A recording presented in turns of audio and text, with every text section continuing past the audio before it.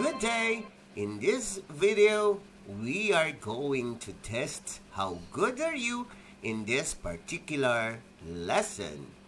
Number word or spelling na sinasabi ng ating mga magulang. Ready ka na ba? Simple lang ang ating gagawin. First, I will display that number. Basahin ng malakas, 921 and 3/10. At saka mo isusulat naman ang spelling o number word. Isulat ang answer sa comment section below hanggang marinig mo ang ibig sabihin, the time is up. If your answer is correct, then you have 1 point. Ready? Write the number in words. Number 1. Write the number in words.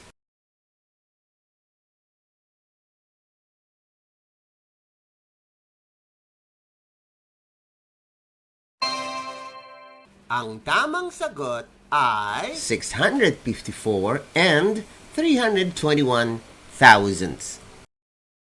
Question number 2.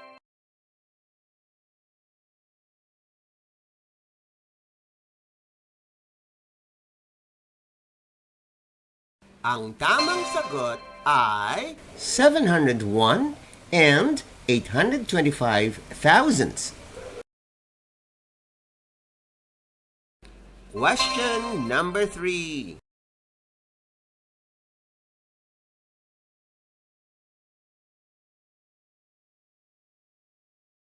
Ang tamang sagot ay 632 and 4/10.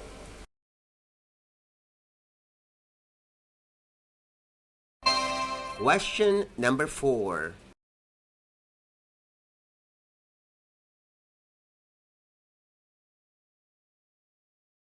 Ang tamang sagot ay 723 and 437 thousandths. Question number 5.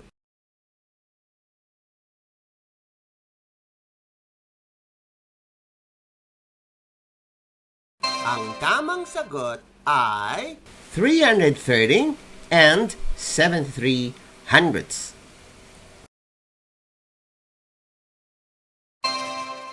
Question number 6.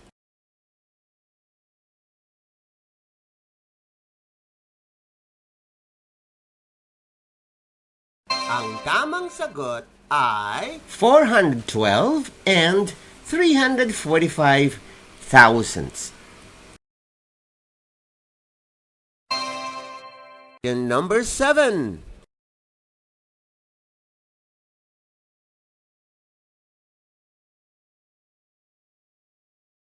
Ang tamang sagot ay 900 and 132 thousandths. Question number 8.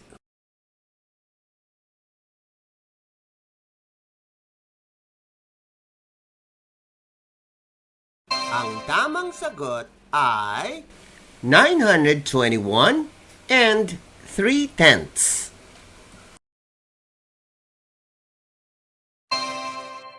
Question number 9.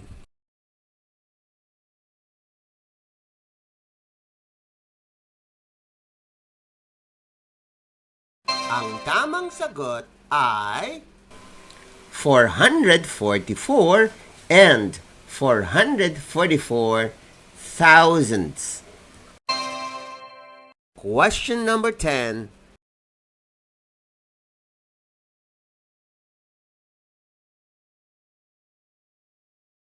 Ang tamang sagot ay 44 and 1,234 thousandths. Question number 11.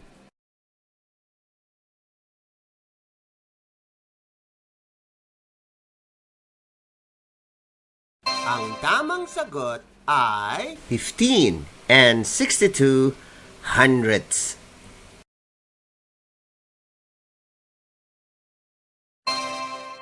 Question number 12.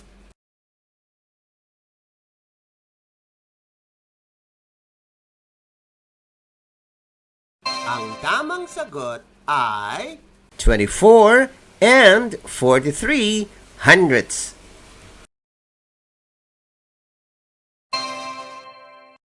Question number 13.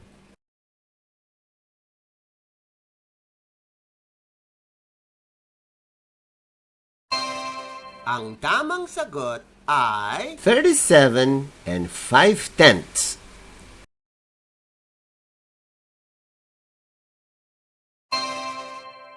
Question number 14.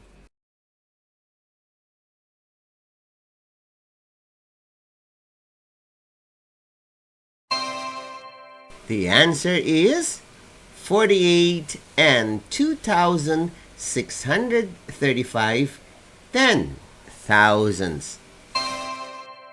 Question number 15.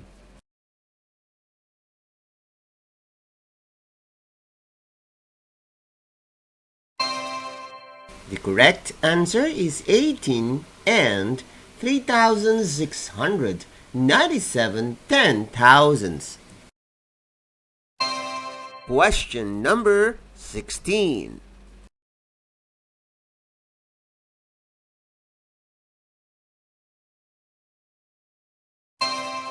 The correct answer is 19 and 26 hundredths.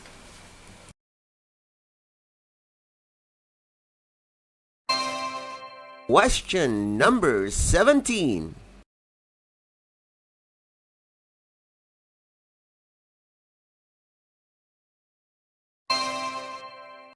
Correct answer is 62 and 86 hundredths.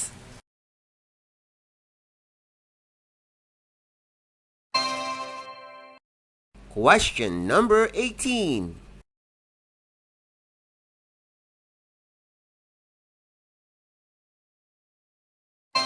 The correct answer is 69 and 69 thousandths.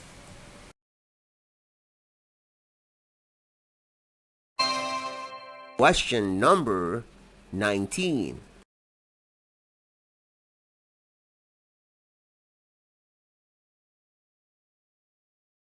The correct answer is 82 and 5/10 thousandths.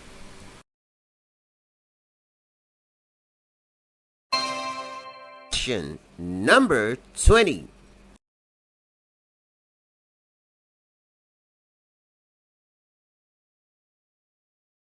Ang tamang sagot ay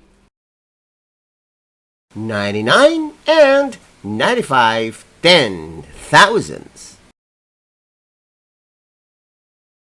Kindly tally your scores and write it down at the comment section below.